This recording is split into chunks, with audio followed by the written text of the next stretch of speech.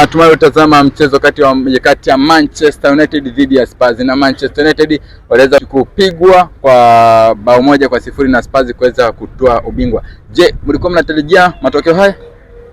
Matarajio tulikuwa tutarajii, lakini nadhani walizidiwa tu mbinu chache Man United wakaweza kupoteza. Wamesema kwamba walikuwa wamezidiwa mbinu chache tu. Mbinu hizo ambazo walikuwa wamezidiwa ni zipi? Ndio tunahitaji kuzifahamu. Mbinu ya kwanza ni ushapu wa kufanya maamuzi.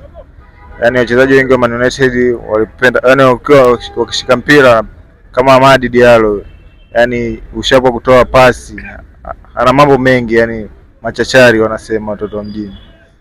Kwa unataka kumaanisha kwamba Spurs ni bora kuliko Manchester United? Kama wanalingana kiuwezo, ila tuseme labda bahati. Maana Spurs kulingana na ile goli hamna nafasi nyingine walitengeneza ya goli.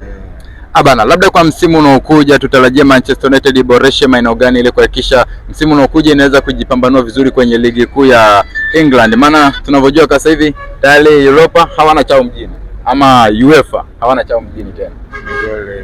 Mimi sio mshabiki wa Man U, ila ninavyoona ile timu waboreshe kwanza back line na pia striker hawana striker. Hapo kwenye striker ndo nahitaji. Manchester United inahitaji striker wa aina gani? Ni nani ambaye anahitajika pale Man U ambaye atakuja kuomboa jahazi?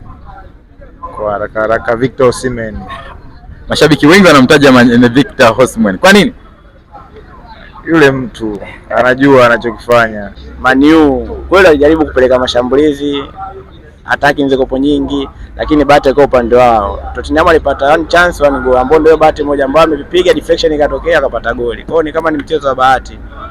Manchester United kutoa ubingwa mbele ya Spurs imeumiza mashabiki wa Man U kwa kiasi gani? Kikubwa, kwa sababu wengi walimatarajia wanaenda kucheza UEFA. Kwa hiyo kama hivyo imetoka, hamna namna, tutafanyaje sasa mashabiki? Kama sio shabiki wa Man U, but kwa ile mashabiki wa Man U wengi walidisappoint kutokana na wengi walijua kwamba kwa Tottenham wanavuka. Kwa hiyo mechi jana ilivyokuwepo, mashambulio bado wakajipa matumaini dakika za 50 na kitu, hiyo kama tutaweza kushinda, lakini wapi.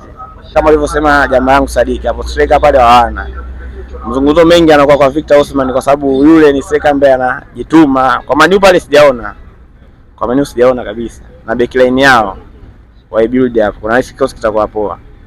Ukiangalia Manchester United ya hii misimu karibuni hapa, Bruno akifeli timu ndio imefeli. Kwa hiyo yani hauwezi kucheza mpira kama unategemea mchezaji mmoja.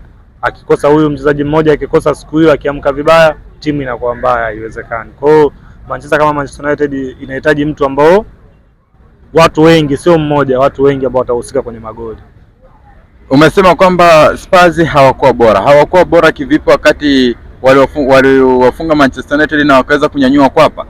Spurs waliingia kwa mipango, ndio maana hata yule kocha wao kimsikia alisema kwamba kila ninapofika mwaka wa pili nabeba kombe. Watu wengi sana tulivyosikia hiyo kauli tulikuwa tunaichukulia kwa kuipuuza, lakini baada ya kutokea mchezo tukajua kwamba ile kauli kweli ilifanya kazi. Labda wafanye nini msimu unaokuja waweze kufanya bora ili waweze kata tiketi msimu unaokuja kwa ajili ya kucheza UEFA? Swali zuri sana. Kwanza kama Manchester United, mimi ni shabiki wa Manchester United. Kitu dam. Nimeumia. Pia niliweka pesa imeliwa kutokana na mapenzi yangu kwa Manchester United. Wazee wa kubeti. Si unajua sometimes unasemaga kama hamna risk hakuna kulitani. Manchester United imefeli kwenye kitu kimoja. Mimi naamini timu ya ushindi wagaibadiliki. Manchester United ilikuwa inatumia back 3, pale dimbani ilikuwa inacheza Casemiro pamoja na Manuel Ugarte. Lakini jana kocha alibadilika kabisa. Alifanya usaliti kwa Manuel Ugarte kwa sababu ndio mtu ambaye alimfikisha pale finali. Kwa sababu mechi zote amefanya goal contribution, kuanzia pale alipoikutia kwenye robo alicheza vizuri sana. Lakini jana amefanya usaliti. Pia alianda Garnacho. Jana ilikuwa alivyoingia dakika 20 kacheza vizuri. So far ilikuwa jana itakiwa aanze Mason Mount, japokuwa ile mechi iliyopita alifanya vizuri, lakini ilikuwa haitoshi jana kuanza. Manchester United mliumia kwa kiasi gani baada ya kutoa taji hilo? Tuliumia sana kwa sababu uzuri wa Manchester United ni dunia. Unavyozungumzia Manchester United unazungumzia ni dunia kwa sababu ni mashabiki wengi. Hivyo hata jana kulikuwa, kabla ya mechi kulikuwa na zile kadi za mwaliko, sio nini, mwisho wa siku tukazificha. bara mwisho wa siku ukazificha. Kitu cha kuboresha pale Manchester United. Manchester United pale wanahitaji kiungo, creativity, mbunifu, ukimtoa Bruno Fernandes ambao yeye anaweza akakupa goli kuanzia 20+ pamoja na assist, goal contribution nini zikawa kuanzia 20. Ndio Manchester United wanahitaji aina kama hiyo, kiungo wa namna hiyo. Pale mbele unahitaji mtu ambao atakuja, yani unaona kasa na uchungu na anapambana, na mtu wa namna hiyo yani auendi mbali. Lazima umzungumzie Victor Osimhen kwa sababu ni mtu ambaye ana experience, ana ubavu wa kushindana na watu mikiki ya ligi kuu Uingereza. Kwa hiyo nafikiria Victor Osimhen ndio mtu sahihi sana pale Manchester United.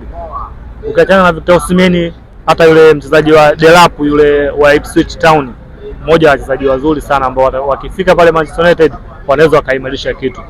Ingawa nimesikia Manchester tayari wameshamalizana na yule Kunya Mbrazil. Yule na ni moja usajili mzuri, lakini shida sio usajili. Usajili unaweza ukafanyika, lakini unaweza kwa weki hivyo. Tuiona wapi Manchester United kwa msimu unaokuja? Manchester United kwa msimu unaokuja, kwanza unatakiwa utambue kwamba Amorim ni kocha mzuri sana.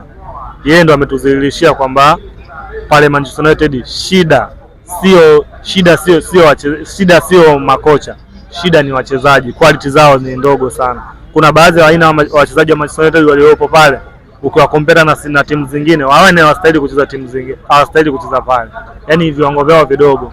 Kwa hiyo unahitaji quality za wachezaji wa Manchester United ambao wana moyo wa kujitoa. Na ndio maana hata Amorim katika moja ya transfer zake anapenda mchezaji ambao atakuja kuipenda Manchester United, na sio kufanya tu kwa sababu unafuata labda UEFA nini. Ndio maana hata yule Victor striker wa Sporting Lisbon alivyotaka kuja kucheza Manchester, kuna kauli aliongea Amorim aliipinga vikali sana, kutokana na hivyo kwamba yani Manchester United inahitajika mtu ambaye ana upenzi. Mfano Bruno Fernandes jana baada ya interview alihojiwa kwamba hivi ikitokea Manchester United, yani ukitokea umepata shavu sehemu nyingine, akasemaje? Mimi Manchester United mpaka wao ndo aamue niondoke, sio mimi ndo niondoke, ila wao wakiamua kwamba sasa hivi Bruno inatosha. Yale ndo tunazungumzia mapenzi ya United, na ndio maana hata akifunga woga anasema shit kwamba this is Manchester, yani this is Manchester. Unamwona mchezaji ameumia, na jana tumemdisappoint kiufupi, tumemuumiza captain wetu.